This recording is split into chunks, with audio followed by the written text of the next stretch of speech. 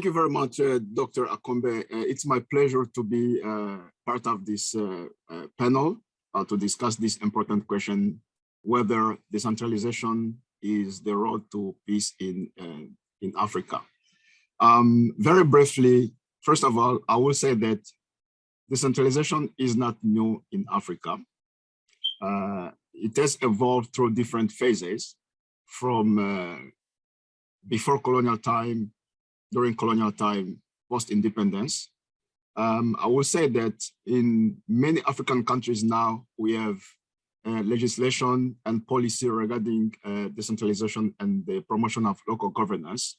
Almost, I will say, 2/3 of African countries have some different form of decentralization policies, which aim to promote service deliveries. But countries adopted decentralization policy or reforms from different perspectives. I mean, the rationale is in some countries it's political or economic, or because they want to address territorial conflict, or it's maybe driven by ethnic grievances. So as we know, Africa is an heterogeneous group of countries. So the context of each country differ. We also have countries that are at some level of just trying to push for decentralization reform. For example, countries emerging from conflict, like the South African Republic, Sierra Leone recently, and the Democratic Republic of Congo. But we also have countries that have strong culture of decentralization and local governance, like South Africa. We also have Tanzania, Kenya, and Uganda, since President Museveni took over power in 1986. He has pushed a lot. Ghana as well is doing very well in terms of pushing for having strong institutional local governance. We know Botswana is a very stable country. Gabon as well has a law that is intended to establish strong decentralization reform in the country. But overall, challenges are there in many of these countries. First of all, the main challenge is that the transfer of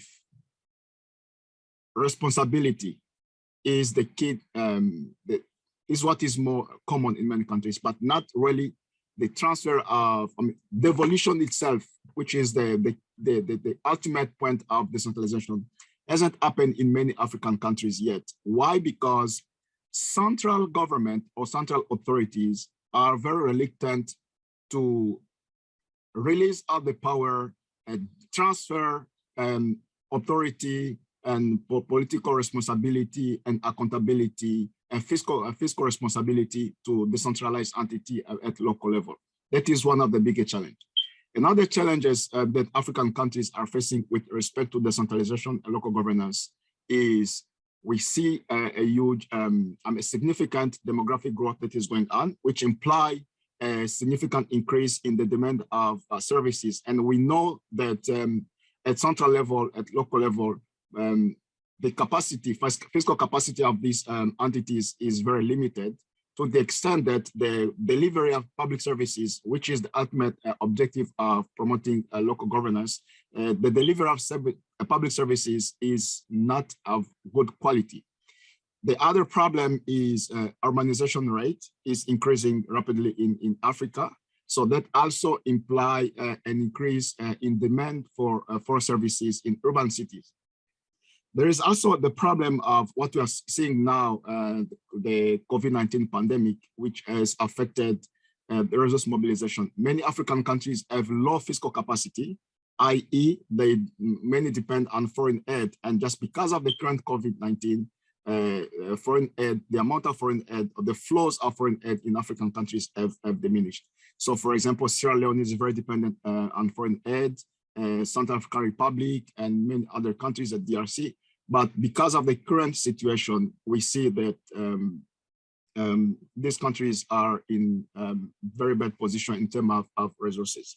The other problem that we see from the literature on decentralization and local governance is that there is not a strong involvement of citizens or local communities when the elite or central, the rulers in central government are elaborating or formulating decentralization policies.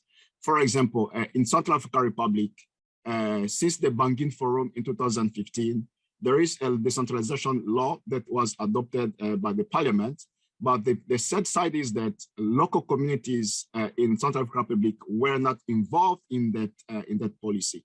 So that undermined the issue of ownership. The other problem that we see is lack of capacity at local level. It is difficult to have strong institutions of local governance if those institutions don't have full autonomy, especially in terms of mobilizing resources. We know that many African economies are dominated by informal sectors. So at local level, there is no studies that show how can these entities mobilize resources to be able to raise revenue and provide services to citizens. That's another problem that is happening there.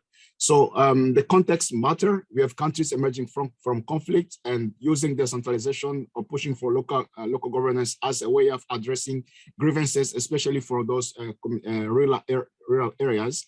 But as I said, we have this set of challenges, reluctance of central authority to fully transfer all the responsibility and accountability and fiscal responsibility to local entities. So there is a variation in the way that decentralization has been happening in Africa and the way that local governance is happening in Africa. So just the brief summary I wanted to provide. I will address questions when we start responding to the audience. Thank you.